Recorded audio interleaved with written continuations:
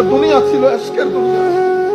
ইমামে আজম আবু হানিফা রাদিয়াল্লাহু তাআলা আনহু ওনার ছাত্র বলতেছে, সারাদিন ইমামে আজমের ইলমের সমুদ্রের ঢেউ দেখি, হঠাৎ করে মাথায় আসলো দেখবো ইমামে আজমের রাত কেমন।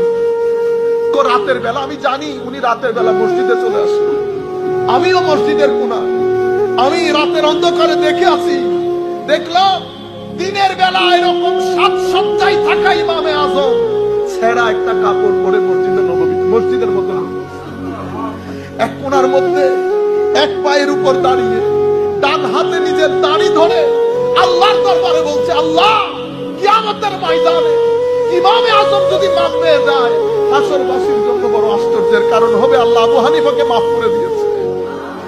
সবচেয়ে বড় ব্যাপার হচ্ছে উনি বলছেন, আল্লাহ যা আমাকে আযাব দেওয়া মওলা এখন দিয়ে দে, যাতে কিয়ামতের ময়দানে আমি অপমানিত না হই।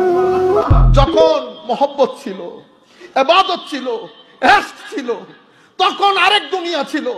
এক জায়গায় বিশির আল হাফি বসা, এক জায়গায় ফুদাইল ইবনে ইয়াস বসা, জুনাইদ বাগদাদি বসা, সাহাল তুস্তারি বসা, মারুফ আল কারখি বসা, হাবিব আল আজমি বসা, হারিস আল মুহাসিবি বসা।